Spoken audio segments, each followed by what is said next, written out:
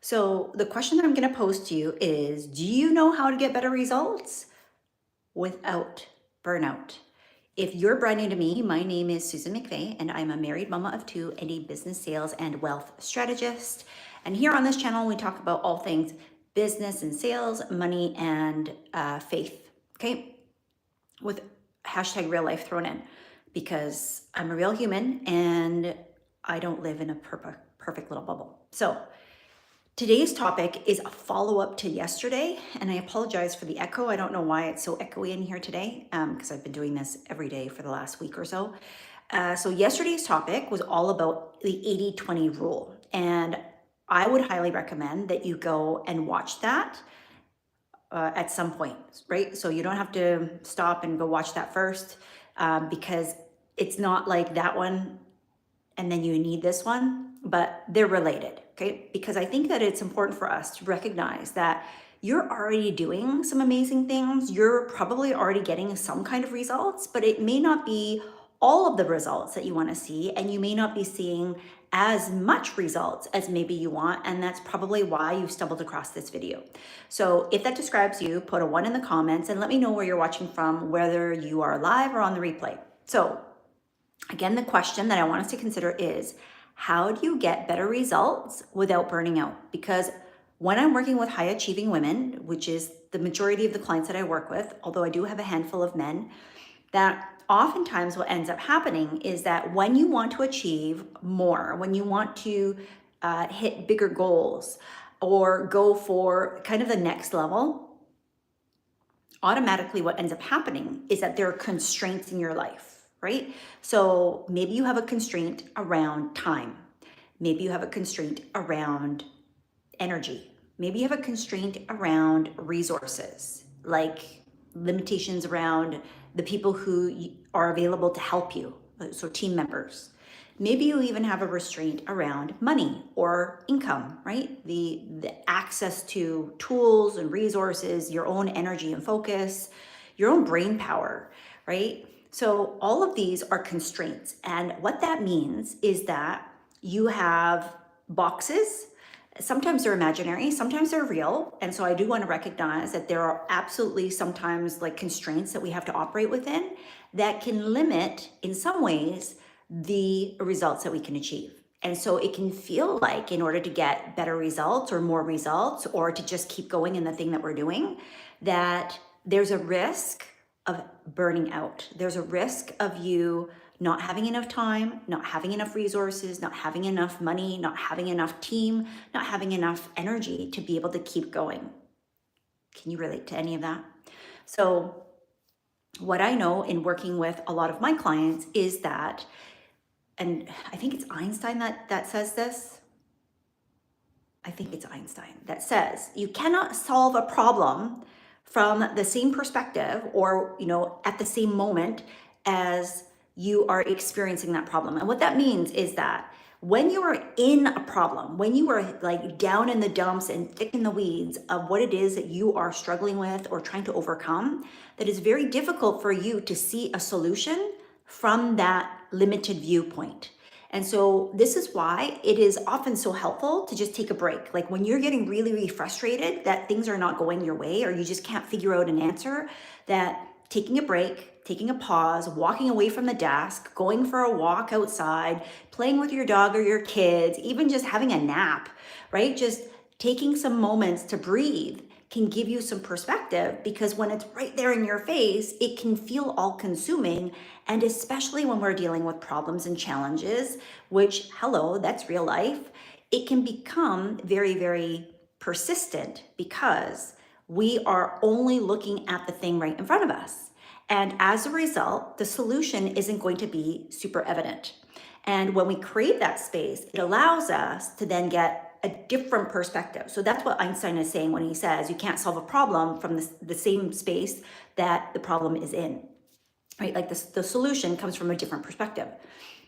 Now, there's a few different ways to do that, right? I've just described some of these things for you. This is why having a mentor, a guide, somebody who's already walked that path ahead of you can be so helpful, because they're no longer in that space where you are, which is where the problem has been created or experienced. They are now further ahead or in a different perspective where they can give you, hey, this is what I did when I was in that situation. Does that make sense?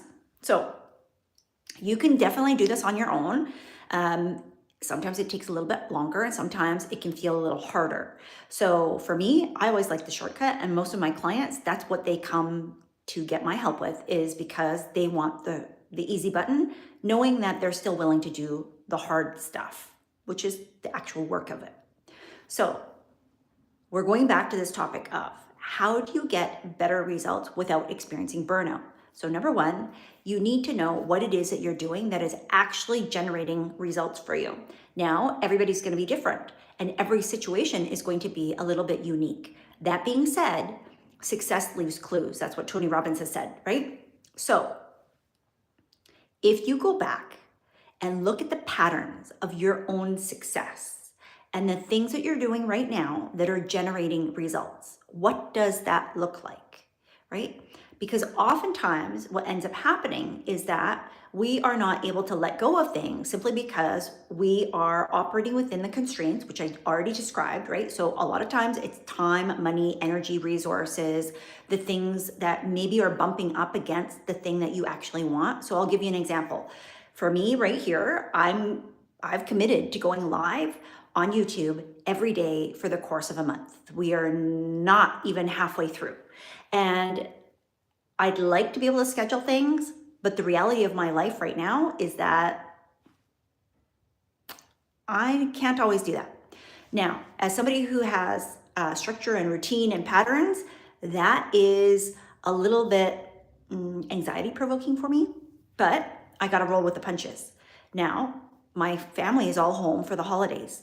So it's made it a little bit more challenging. So my biggest constraint in getting better results in a commitment that I have made towards myself and ultimately my business, which is showing up here and giving to those who this might be helpful to, is time, right? Now, is that real? Well, kind of and kind of not, because I still have the same 24 hours in the day, but the issue now becomes that I have an additional constraint, which is my focus, where I have my energy being spent. My family is always going to be a number one priority for me. And so that means that if my family is asking me to do something, which they have, then I have to build the rest of my life, the rest of my business around what my family needs for me to be able to support.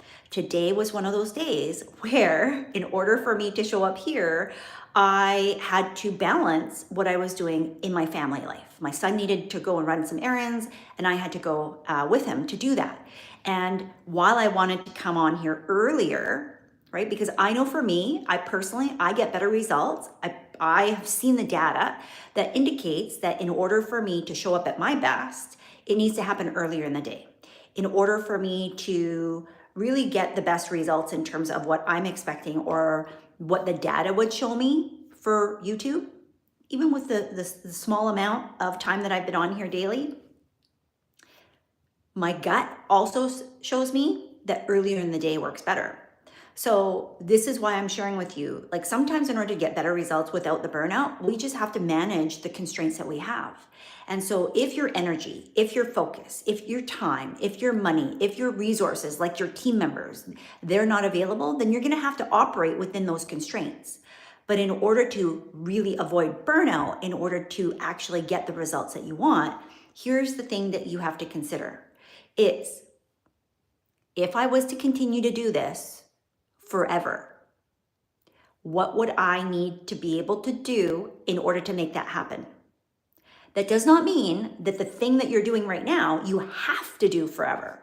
But when we think about it from that perspective, that if I was doing this thing over and over and over again, forever and ever and ever and ever, with no end in sight, would I structure it differently? Would I have to think about it differently? What support would I need to put in place? What structure or systems would I need to put in place? And so that's what I want you to consider is in order for you to get better results without the burnout, without overwhelming yourself, number one, you need to look at what is it that's getting you the results in the first place. And can you distill it down so that you repeat and focus on just those core activities? If you want more on this, then go and watch the previous video on my channel, which is titled the 80-20 rule, because that will help you a little bit more. Then what I want you to consider is that once you have done that, is you need to look at, what are my constraints? What are the things that are going to trip me up? Is it time? Is it my own energy? Is it my focus, like my actual brain power and being able to like manage all of the things that I'm trying to do? Is it money, right? Because in order for you to continue to grow and scale for that particular result, will you need to make more investments? Is it other kinds of resources like your team members, your tools, your systems, your technology? So once you've identified the constraints, then you can look at, given those constraints, what is still possible for me to do? And then the last thing is for you to identify, can I walk away from this and be able to take a break? Because sometimes when we go through step 1 and step 2, we still feel a little bit stuck. We still feel like, I can't figure this out, right? Now I have a video that I've already done on here around how to get out of stuckness. Okay, so go and watch that, because that might be helpful for you. If you feel like, I've done these and I still can't figure this out, Susan, this is where sometimes you need to walk away, you need to step back, you need to be able to just take a breather, or you get help, right? An outside perspective. Now, I will say that if you're going to get outside help and perspective, that it's very important that you choose the right person, because a lot of us, a lot of you, but I include myself in that, sometimes we speak prematurely. Sometimes we speak to people who can't see the vision and don't believe in our dreams. They believe in you, but they don't believe in your dreams. And as a result, when you're asking them for help or support or for an outside perspective, they're a Debbie Downer, and they're going to just poo-poo all over your dreams to the point where you can no longer see even why you were doing it in the first place. Choose wisely when you ask for help, guidance, and expertise around the things that you are feeling stuck with. So then the last piece here was around, let me just think, because I've shared a lot of information. Help me, Holy Spirit. What was the last piece here? And if you happen to be on here and you remember, you can add them in the comments below. Gosh, it might come to me. Better results. Burnout. Just totally escaped my mind. I'm so sorry. Okay, so if you joined late, feel free to go back and watch the whole replay. I'm just going to pause here for a moment and see if there's any questions on this particular topic. Have you ever experienced burnout? Have you ever had a situation where you want to get better results or you have bigger goals, but you're concerned because you don't have more time, you don't have more energy, you don't have more focus? Maybe you have run out of the resources that you need, which also include money. But chances are, if you're here, money is probably one of the lowest priorities. It's probably going to be something that's closer to your time, your energy, your resources, like managing other people and or your focus. So if that describes you, then this video was for you, and I want you to go back and watch the whole thing. Here's the story or the example that I'm going to share with you that might help paint a picture beyond what I've already described. So when you want to get better results and you don't want to experience burnout, you're trying to avoid that. Maybe because you've already experienced it, maybe because you have health issues like I have encountered in the past. What I want you to think about and what needs to be built into your goal setting process, your planning process, is that there are very real constraints, but that you need to be able to see, oh, thank you, an outside perspective. And so when you're able to take yourself from like directly in what you're doing, because sometimes we get so busy with the doing of the thing that we forget about what it is to be outside of the doing of it. And when we take ourselves out of the doing of it, even if it's just for a moment, then we gain a different perspective and we are able to see things for how they actually look. When we do this, then we are able to identify, here are the things that are going to work over and over and over again. I remember the last piece. If you can imagine yourself doing the thing that you're doing in order to, get the result that you want. Not just once, not just twice, but forever.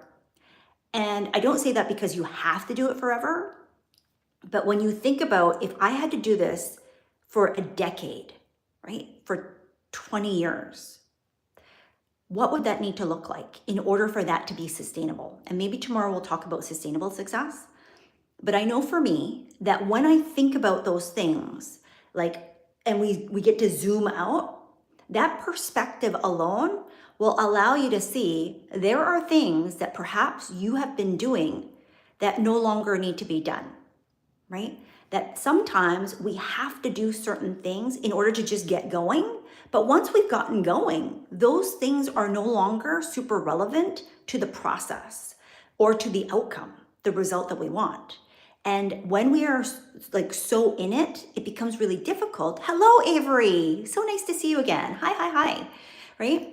That it becomes like you just go through the motions over and over again simply because that's what you're used to doing. So I'm going to give you a little bit of I hope it's a funny story to just paint the picture of how we can get caught in these ruts without even thinking about it. And so that's what I want you to think about for yourself as I share this story. And if you have a story, feel free to add it in below. If you have ever experienced burnout, put in, I already asked for one earlier, put in a number 2, okay?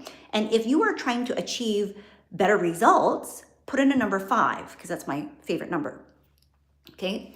So I don't know where this story came from, but I thought it was just so appropriate, especially as we come up on the holiday seasons.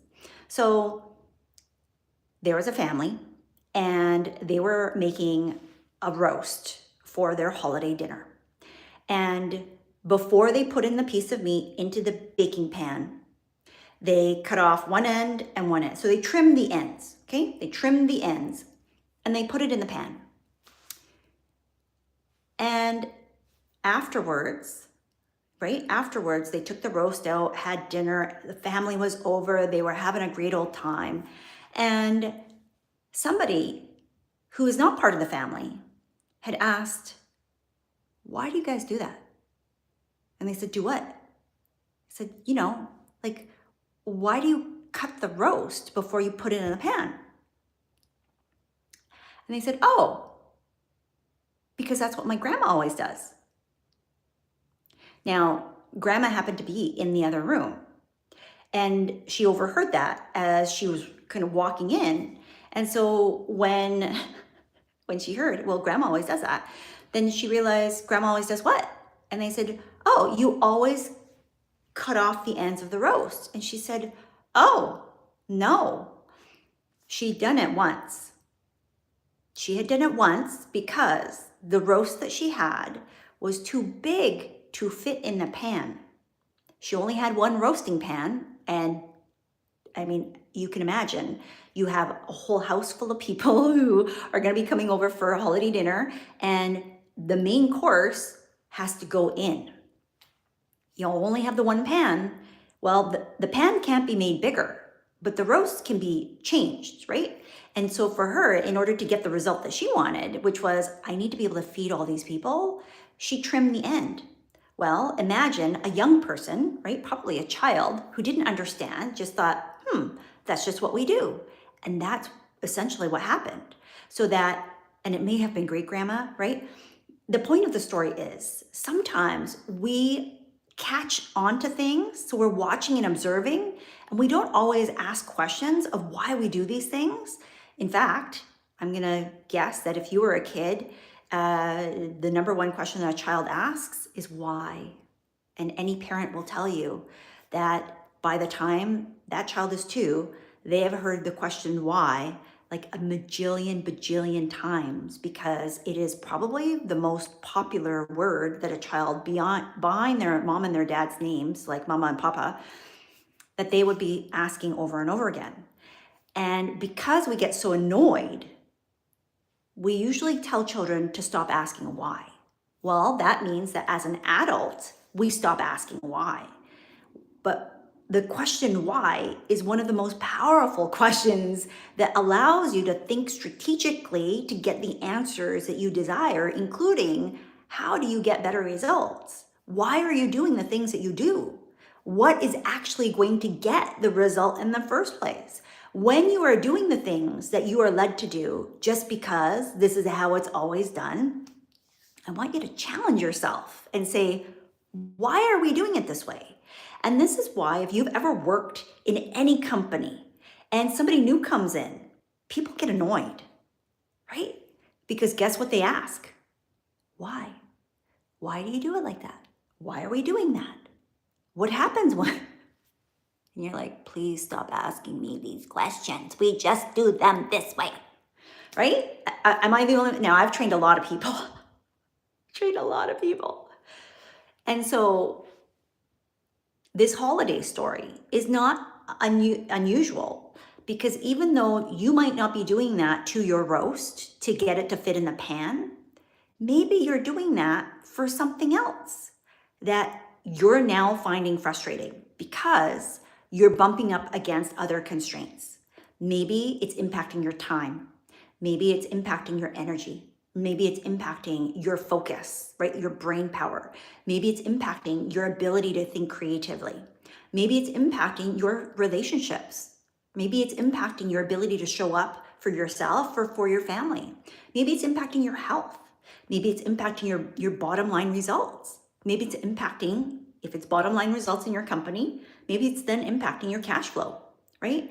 And so when we just do things because they've always been done this way, and you don't take stock of what is it that actually gets you the results that you desire, then of course, you just working more, you just working harder, you just keep doing the same old is going to get you the same old results, which if you want better results, that's not what you want, right? You don't want to keep doing the same old. That doesn't mean that we throw baby out with the bathwater. It means that you have to actually think strategically and specifically around what is it that you're doing that is getting you better results. Now, here's the uncomfortable truth of all of this, because we have to do this more frequently than we actually give ourselves time for. The reason why is because you are changing all the time. By virtue of you being here with me today in this moment, you are automatically thinking different thoughts than what you did 20 minutes ago because of our interaction here, right? Like, even if you only listen to a blip of this and you're like, ugh, she's annoying me. Yeah? So that thought of you're annoying me, you didn't think before we met. And as a result, you either are going to allow yourself to keep being annoyed, which is then going to influence new patterns of behavior, or you're going to revert and think a different thing, but it automatically has already shifted you. Does this make sense? And so the beauty of this is you're always changing. Your clients or the container that you're doing these results. So most of my clients are business owners, which is why I'm going to give like business related kind of specific content. Hello, Hillary. Is it Hillary to Hillary?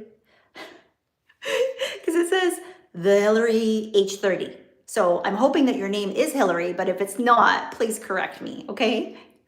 So in the context of your business, you are always changing. Your clients are always changing. And that means that you have the ability to be able to kind of make it new.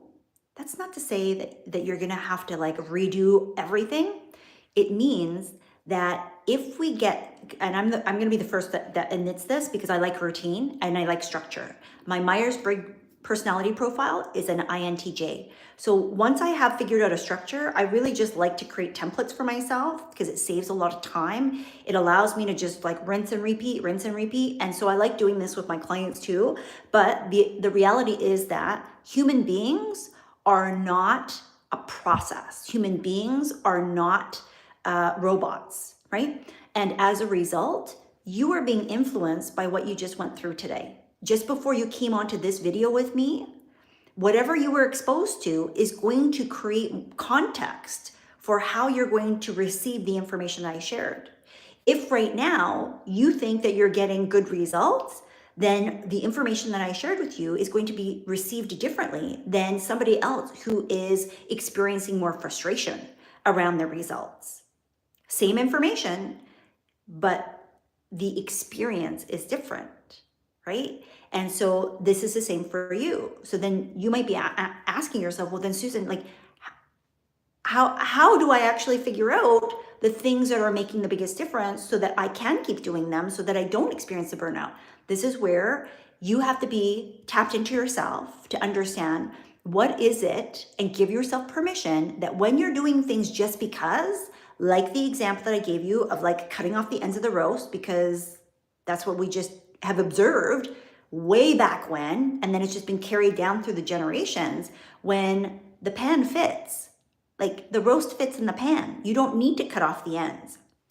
That you give yourself permission to question everything, even the things that your mentors, your coaches, your guides, your consultants, your strategists, like the people that you're hiring, whether it's informal like this, right? Or formal where you actually have hired them and you're paying them money and giving your time and your resources to be able to listen to them, you're still the boss of you because you are changing moment by moment.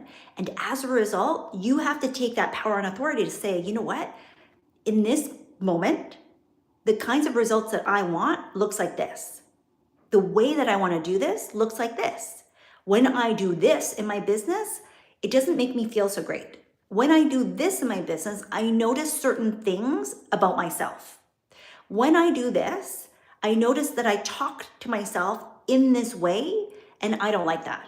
When I do this in my business, I notice that it feels a lot easier. Great. So those are the things. So I don't know who needs to hear this, but if there's one question that I can say out of all of this that might be helpful for you to summarize, that will be like a yes, no kind of red light, green light. You could use the red light, green light if that's an easier. So if you're more visual, that's what I would encourage you to think about is if you were sitting in a traffic light and the thing that you're doing right now, would you want to go? Is it a green light or is it a red light? So that's for visual people. And for our feelers or more like intuitive or sensors where you just have a knowing, I want you to think to yourself, does this feel light or does this feel heavy? Because the Bible literally says that the burden is light and my yoke is easy. So life is created to be easy. It's created to be light. It is not made to be like I'm shouldering, the weight of the world. We take that on as human beings. And oftentimes it's because that's just the way that it's always been done. And especially if you come from a background, a culture, or generations of hard workers, then chances are very high that you automatically take this on and you don't know. You don't always recognize it. And so it's very important if that's you, which chances are very high because that tends to be the type of people that I attract, is people who have very good work ethic and are okay to be hardworking. That might be part of your identity, right? Because that's how I grew up. My parents are immigrants, and so I heard the whole thing: you work hard, go to college, get a job, retire, die. That's a good life. And even now, it is very difficult for my parents who retired late. It's very hard for them not to work. Meaning, like, they can't just sit. They can't just sit and relax. During holiday season, my mom, now she doesn't do this, but it took a major health issue for her to stop doing this, where she would be on her hands and knees cleaning the floor. We're like, Ma, like, you just sit, just relax, right? And so if you find yourself trying to busy yourself because that's from a spirit of lack, like that's a spirit of fear. And the Bible says we don't have a spirit of fear. We have power, love, and a sound mind. And so you have to be able to take control and say, do I love doing this? And it's okay if the answer is no, even if the people around you love doing it, even if your parents love doing it, even if your kids love doing it, right? You are your own complete human. I give you permission, not that you need mine, but sometimes people need to hear this. I give you full permission to say no, and no is a complete sentence. You don't need to justify it. You don't need to explain yourself. You don't need to keep going. You don't need to do anything else except no. And so somebody needs to practice this. No, thank you. Do you want to do that? No, but thank you. Hey, how about that? No, thank you. I appreciate you saying that, but no. Do you want to? No, no, I'm okay. And at first, it's going to feel very blunt. It's going to feel almost mean. And if you want to get better results, you need to put those boundaries in place. Okay. And I think I actually did a whole video on like, what are you tolerating? That's probably where this particular piece came from. So go and watch that as well.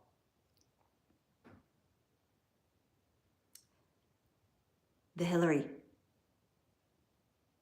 Is it Hillary? Yes, T stands for my other name, same as the other H. Oh, perfect, great. Because I was like, the T and the H. So is it Hillary? No, it's got to be Hillary, the part in the middle.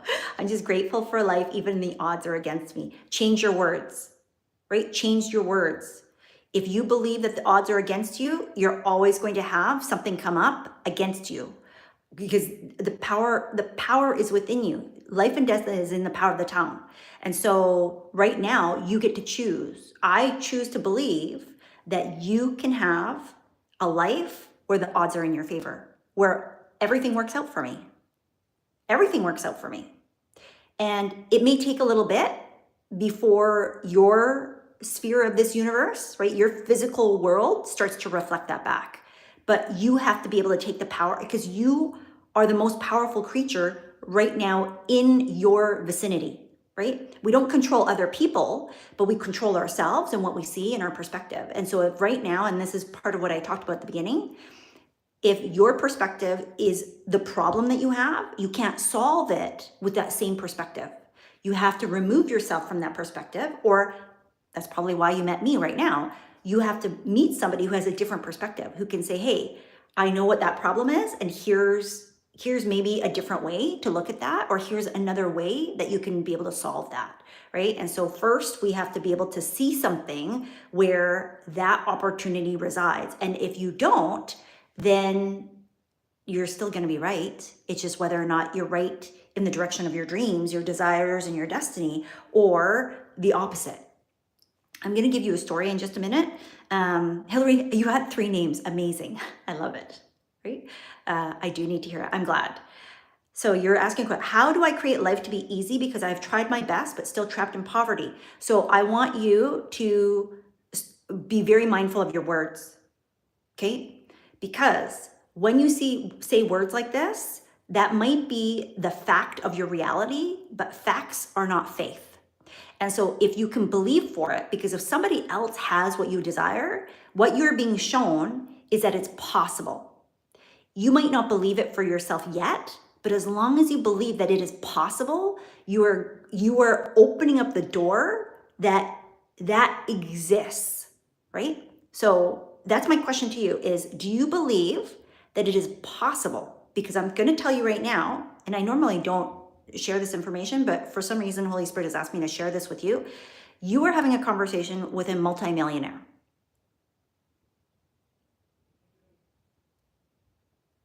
Now, I hope that doesn't change your perspective of the conversation that we've had, but I know sometimes it does, right? And so given that, what do you want to ask me?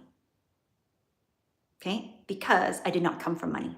I just told you my parents are immigrants. And in fact, they took care of me and my sisters and our extended family for most of their lives. And as a result, they have struggled, right? And so I am now grateful to be in a position where I can help my family, but there's still more that I'm called to in order to completely transform the lives of not just my children, but the people around me. And the things that I do are reflective of the things that I've experienced. So I've experienced my parents working hard. I've experienced them being held up at gunpoint. I've personally been experienced where I had a knife with a man who was out of his mind, trying to take things from me. And so I share this because those situations and those circumstances don't define who I am and whose I am. And I don't want what you are encountering, even though it's reality, right? But reality is not truth. And reality can be bent because there are so many different opportunities out there. But if you cannot see it, then you can't step through the door. Because if somebody was to give you $1 million today, which is entirely possible, would you feel worthy and valued enough? Would you have the skill set to be able to receive it? So that's what you need to work on. That's what you need to be able to say is, okay, what do I need to learn? If I had money, what would I do with it? Start making those plans. And if you are a person of faith, like if you do believe in God or source, divine, higher power, whatever you want to call it, I want you to start asking God, God, what do you want me to do with this money? And can you do that in small ways now?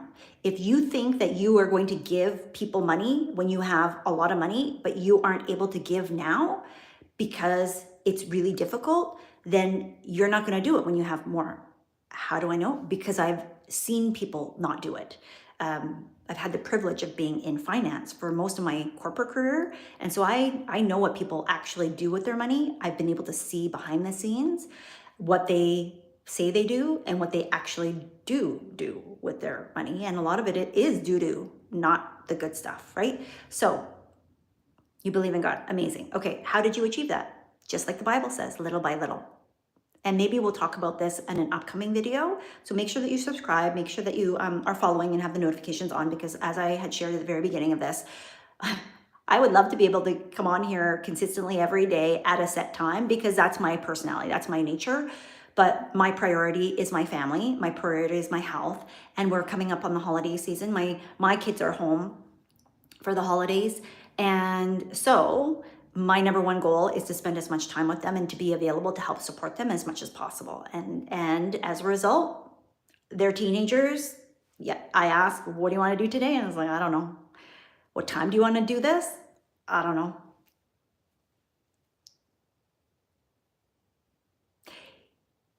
It helps me to grow because I am the opposite.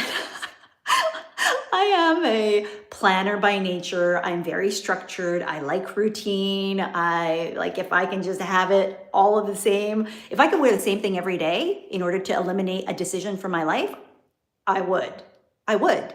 But I also recognize that I enjoy a little bit of creativity through what I wear. That's not my main creative outlet though, which is why you'll see it's boring, and there may be days where I wear the same thing 2 days in a row just simply because it makes things simpler for me. But I do try to be mindful about it. Like I have been in debt for the past 2 years. Okay, so then so there's only 2 things around finances. And I know it's just like with health, right? It's not rocket science. However, when you think that you cannot do something, you will be right. If you ask yourself the question, how could this be possible? Then you open again, just like that door of, do you think it's possible for somebody else? And if the answer is yes, then you have to ask yourself, so then do you think it's possible for you? And if the answer is no, right now, that's okay, but you have to be honest with yourself. And then you have to ask yourself, why don't I think it's possible for me? And write a list, because that list will give you clues as to what it is that you need to address. Is it skill set? Is it opportunity? Is it the way that you look? Because I was bullied as a kid, right? And so when you're told things like, you're not good enough, you're not beautiful enough, like people hate you because of the color of your skin or the shape of your eyes or the fact that you don't speak perfect English, even though I do, right? That these are hurtful things that can stay in your psyche. They can impact your soul, which is your mind, your will, and your emotions. And so if we don't address them, then it's going to weigh you down.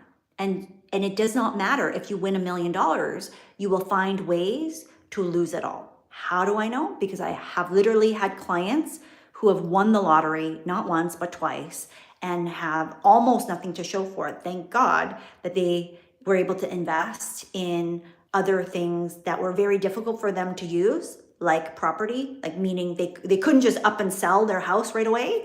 And because of that, they were able to maintain some level of wealth. But the cash part, just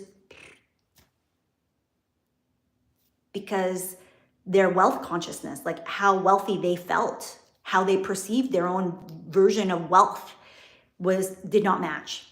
There was like a okay. And so that's why the Bible says little by little we gain wealth, because when you have the gradual shift, it's not always sexy, and it's actually harder to do it this way. But the reality is that when you make the change so subtle and so small, it's boring.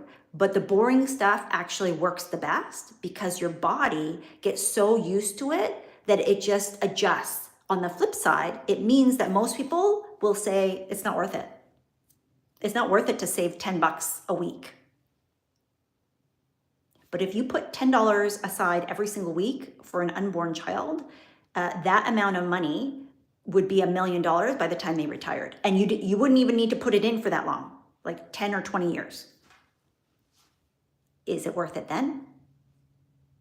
Probably, right? The best time to start is now and not down the road. So if you need financial foundations, I have an ABCs of Building Wealth ebook. It's in my description in my channel. It's $25 and it has like tracking sheets and resources in there. Go and grab it if you can. But I also recognize if you can't, then consume all of my free content, right? That's why I show up here. Ask questions. That's why I show up here. But I because my channel has stuff on how to make money. You need to make more money or you need to spend less. And sometimes you can't spend less because you've already cut out everything. But what I would suggest is that you have a hard and honest look at, am I doing Uber Eats? Am I doing DoorDash, right? Am I buying processed foods instead of buying whole foods that may look on paper like they cost more, but they actually are more nutritious? They are going to be more dense, meaning like there's more value in terms of what my body can process. So it's better for you. And so you need less of it to be full so that it lasts longer, right? Better quality, right? Do you need to increase your knowledge or your skill set around how you manage your money so that as you make more, you don't keep spending more? Because lifestyle creep is very real. And it's why a lot of influencers that are on here, on any platform, where you can see they're making lots and lots of money, but they have lots and lots of material things. I'm not saying that you can't have those. Those are important too. But I would much rather that you have assets, that you actually look like the poorest person in your neighborhood, but you have money that makes money, and you do that as quickly as possible. Okay? So can you donate blood? I don't know where in the world you are, right? But can you donate blood? Can you donate plasma? Can you get rid of some things in your home? Do you have a skill set that is of value to somebody else, that somebody would be willing to pay you for? I've had clients that have done Christmas gift wrapping to make extra money. Can you do Uber or, what is it called? Instacart, right? So think about things, because again, you might be in a situation where you feel like I'm trapped, but that is not real. There is always opportunity, right? There's always opportunity. You have to let go of the fear of look at what happened before, and because you were made new every day, right? Today is a new day, tomorrow's a new day. And the more we get used to almost having like amnesia about what happened before, the easier it becomes to try and do new things that sometimes are the old things, but we're new. So they're a new thing because we're new. Does that make sense? Okay. I think it's Ahan Arslan, come to Cyprus. Yeah, right. I know a lot of people who have moved from North America. So I'm in Canada. So they've moved from America, or where there is a higher price point of where it costs more to live here, right? And they've moved to another country. Now, I obviously understand that in order to be able to do that in the first place, you may need some financial resources to be able to afford the plane ticket and all of that stuff. But I want you to consider, you wouldn't take all your stuff with you, right? You would sell that. What would be the value of that? And then you have to be okay to do that, because sometimes we are attached to the material things that we have in our lives.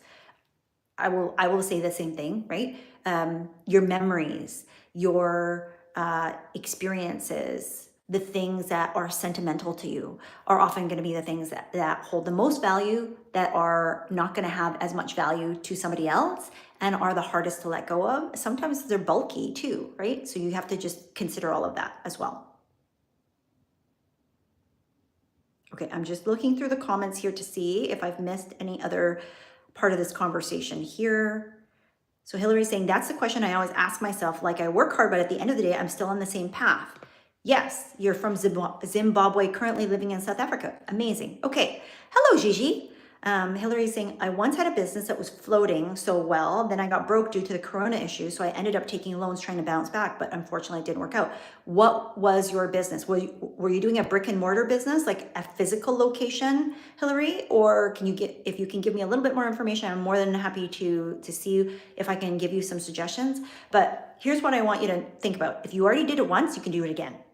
If you did it once, you can do it again. I had a client who, during the 2008 financial crisis, had more than $1 million in real estate assets, right? And lost it all.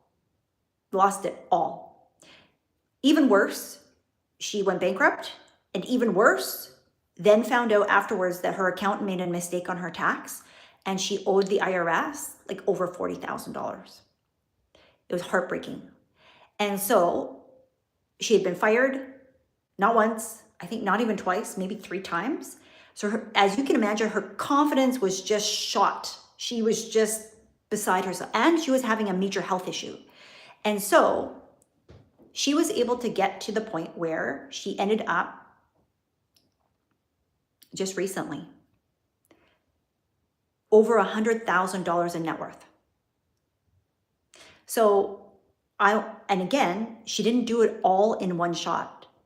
In fact, some of the times where we were having conversations, she didn't even know how she would be able to do anything.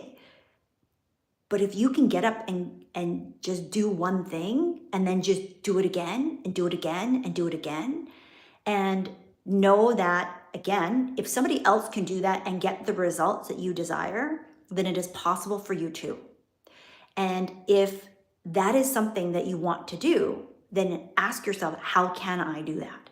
And your brain, along with, God, Holy Spirit, will help you, will intervene to give you ideas. And then here's the kicker. When the opportunity shows up, you have to be able to go for it.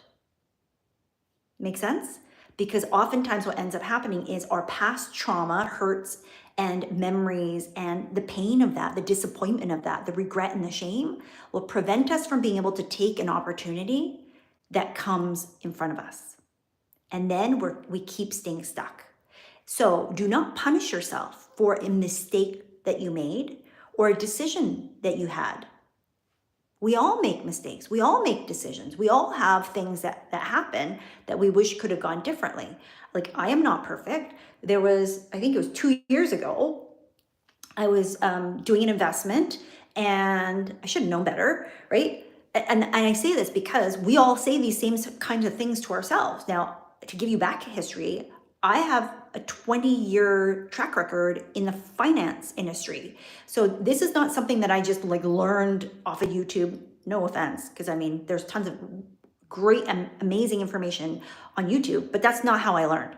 I learned literally by doing this, literally by being licensed to do this. I am no longer licensed, which is why I'm very, very clear that I am not your financial advisor. I am not licensed to give you specific financial advice, and everything that I do is for educational purposes in order to help you to understand how to make better decisions in all areas of your life, your business, your wealth, your health, that impact you as a whole human, right? So that being said, a couple years ago, stumbled upon this investment opportunity, knew better, but hey, I was going to take the open door, right? And so I did. And I hear from God. I heard from the Holy Spirit, but I didn't act on it right away. I disobeyed. And as a result, I faced a consequence. And it took me a long time. It took me about a year because I lost all that money. And more importantly, because the money, you can always remake money. it made me feel a way about myself. I lost so much confidence in myself about my ability to trust that I knew what I was doing in a domain where I'm fairly confident. And so it took me, actually, it took me over a year to recover from that because I did not recognize that that's what was happening. I didn't recognize that every time that another opportunity showed up, I would hold myself back and essentially punish myself because I was like, oh, but last time. Now, I was not consciously doing this. And that's why I'm sharing this with you, right? Is that sometimes we don't recognize these patterns and we have to be able to have perspective of that in that moment. Sorry, my son's here. What's up, hon? Who are you talking to? I'm live. It's a live video on YouTube. Would you like to come in? No. Okay. It's dinner time. Okay. Sorry, it's dinner time. Okay. Let me just see here.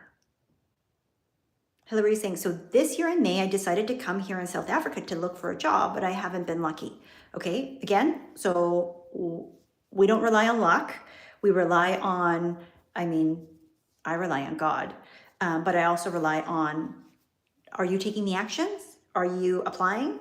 But I also recognize that depending on where you are in the world, there may be, the reality of, are people hiring? Are people hiring for the kinds of jobs that you want?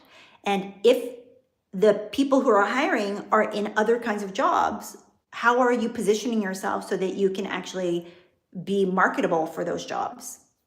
The reason why I say that is because I helped hire a whole bunch of people for the company that I worked for. And so I used to do a lot of career counseling. Okay. So hello, Easy Tool Rental Sales and Co. Good night.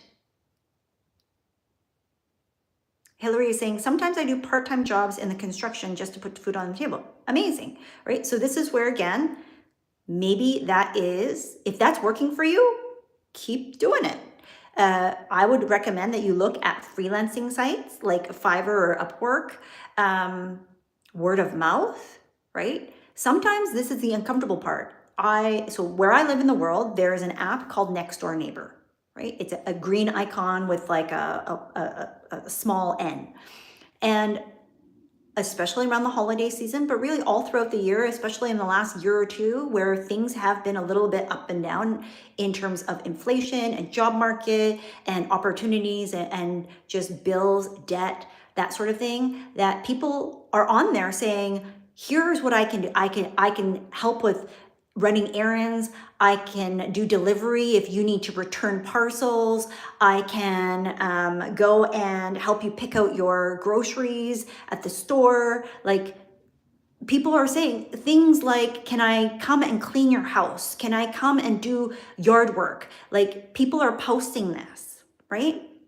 So look for the ways that in your market, because I'm not familiar with what is available or not available in South Africa, but are there sites like that? Are there communities where you can go and offer up your services, things that you think nobody needs somebody to do this? Well, maybe they do, right? Maybe they do. And look at, so what I would do is I would take an inventory of all your skill sets and look at where have you gotten results that somebody else would pay for. When I was in college, I had a degree in English language. And one of my work colleagues, right after I graduated, her boyfriend at the time was a PhD in computer science. And he needed somebody to review his thesis statement. So she asked me to do it. Now, I had zero experience doing any of that work.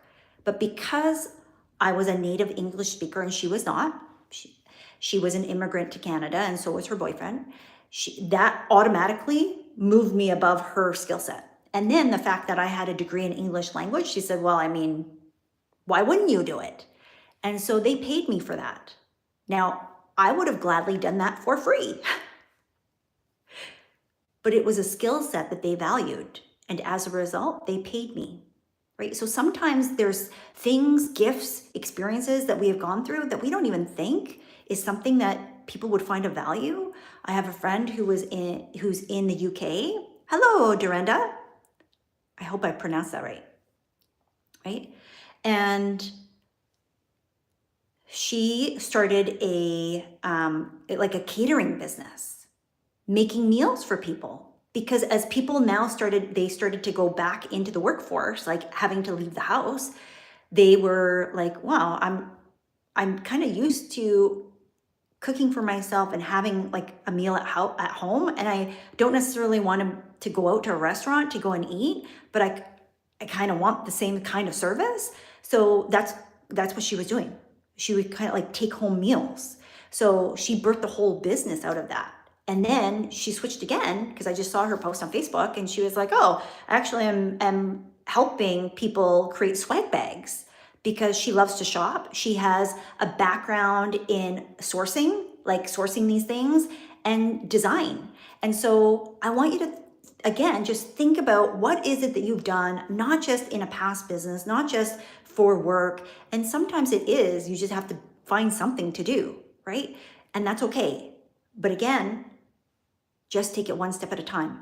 Because when we think about, here's $20,000, $30,000, $40,000 worth of debt. Here's a tax bill that I have that's $45,000, and I barely make that in a year.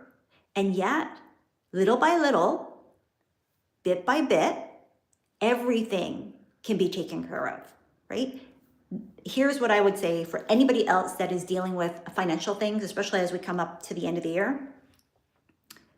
The number one issue around finances is that people ignore and they hope that it'll just go away. Now, I'm not saying that that's what you're doing right now, Hillary, but in my personal experience as an actual financial advisor, and then as a sales leader helping financial advisors, is that there's lack of communication. So first you need to communicate with yourself. What am I willing to do? What am I not willing to do? What are my boundaries, right? And I know it's hard when you have children, and I don't know if you have kids or not, but when you have less, you have to do less. When you have less, you have to teach your children that there are priorities in life that are more important than the material things. And it is hard because other people have certain expectations, but their expectations are not yours. They're not mine, right? You got to do what's important for your family. And the most important things for your family is not necessarily that they have the latest and greatest gadgets, clothes, brand names, any of that, right?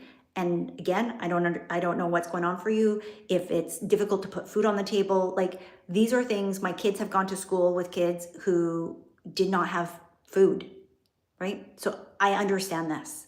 And that's why I'm sharing some of this information, even though it's not directly related to the topic. It kind of is, because at the end of the day, what's the point in having better results if you are struggling to the point where you can't think straight, right? That's burnout. That's exhaustion. That's being so weary in the well-doing that you cannot keep doing good things.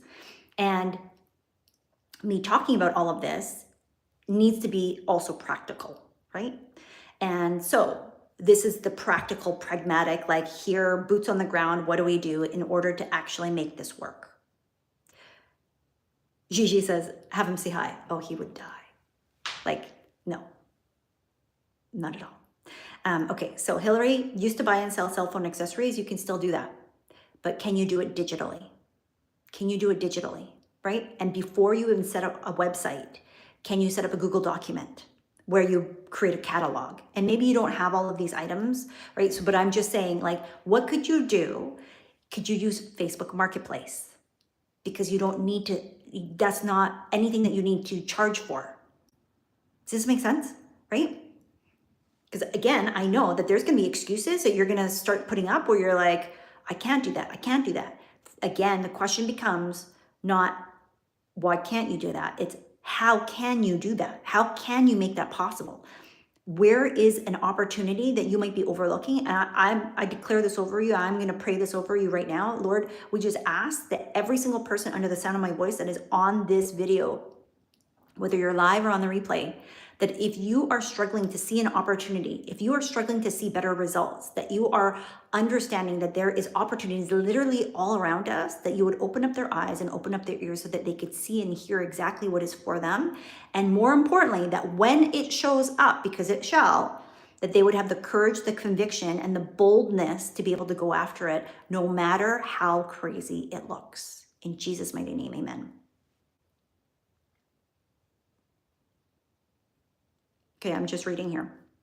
What hurts me the most is I have been trying to pay up to my 6,000 in debt, but I'm failing to do so since I'm earning less than $10 when I get the chance to go to work.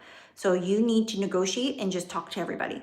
Talk to all of your creditors, right? And this is where you have to have a sit down moment with yourself and just say, what is it that I need to do?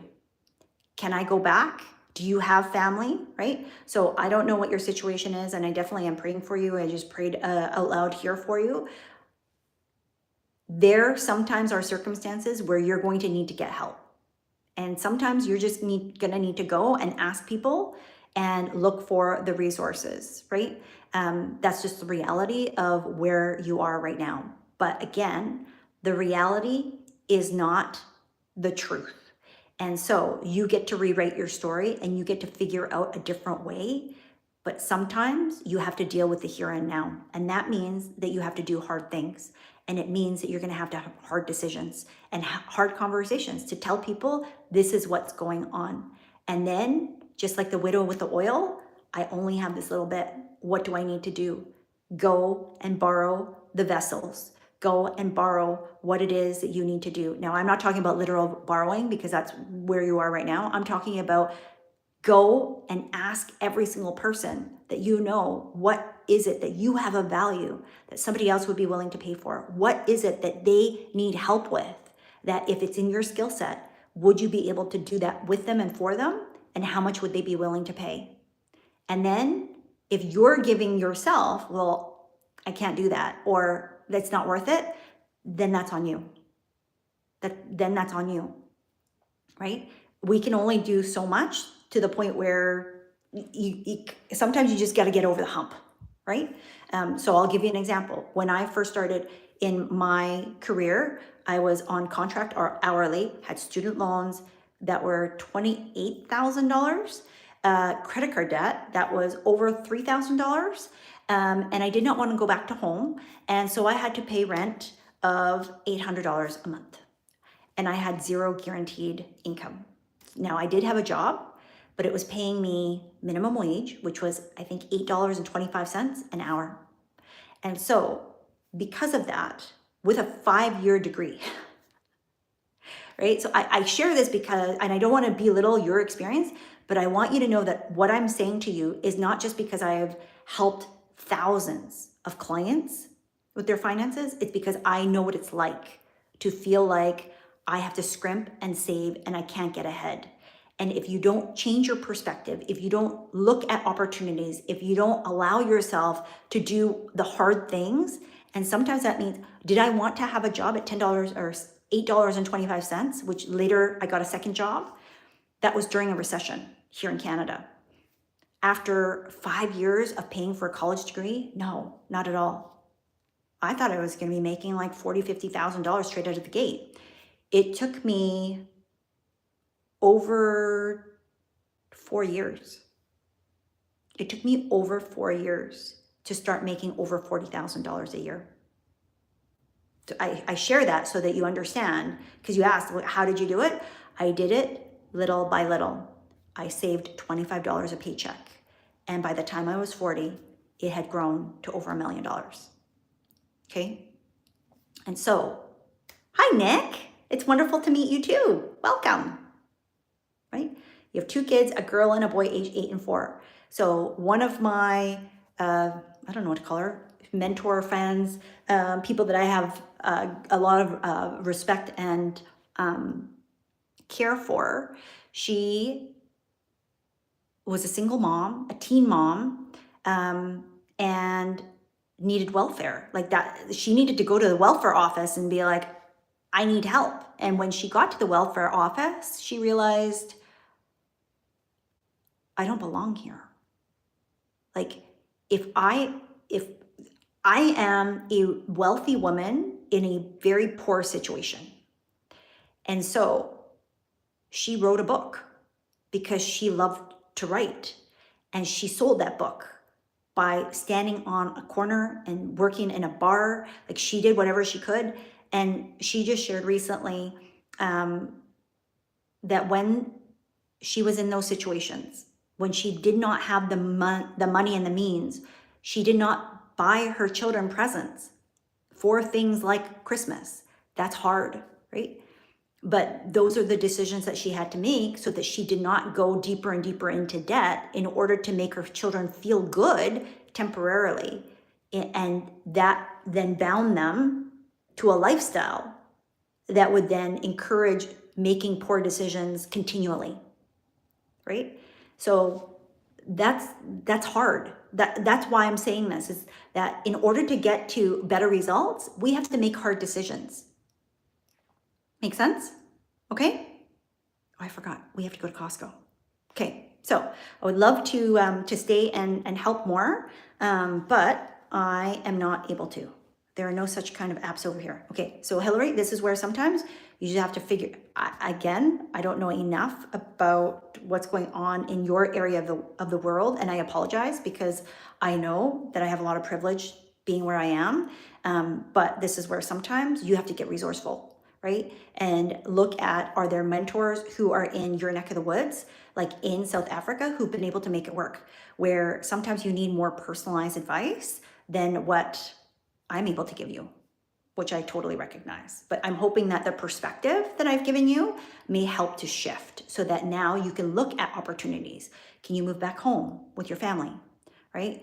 Pull together resources. I know that there have been people, even here in Canada, that there are single women and they're older, but they have combined their resources and lived in one household so that they can get better results. And I know that sounds a little odd in terms of the context of this particular conversation and topic, but they've had to think creatively because they were lonely. And so loneliness is what drove them more than the financial impact. But as you can imagine, when you pull together your resources, you're going to get better results. You're going to be able to have your dollar go farther. You're going to be able to have more time. You're going to be able to have more impact. You're going to be able to have more satisfaction because you're actually allowing the things that matter the most come to the surface. So, Nick, it's wonderful to meet you. Welcome. I hope to see you again on another video. I gotta go, but thank you for joining me, whether it's live or on the replay. Thank you, Hillary, for your open and honest conversation, probably about a topic that touches a lot more people than maybe some folks are willing to open up about, okay? So I hope that it was helpful. I kind of feel a little bit bad that I wasn't able to give you a little bit more like practical, go and do this, but my goal is that just from you opening up yourself, that as you sit and ponder, pray, meditate, do whatever you got to do, that as you start talking to other people about what are some of the opportunities, are there other people that are trying to do something like what you're trying to do, that maybe you can pull together some resources as well in your local communities and see what could be done. Okay, that's my goal for you, is that at least we get you a step closer. So with that, we will see you again tomorrow, because we're going live every single day for the next 30 days total. And so we are still in the thick of it. And I would encourage you, Hillary, go live on YouTube, right? You might be able to touch somebody's life with something that you're doing, and maybe they're going to be able to bless you by hiring you for something that you might do for them. We'll talk to you soon. Bye-bye.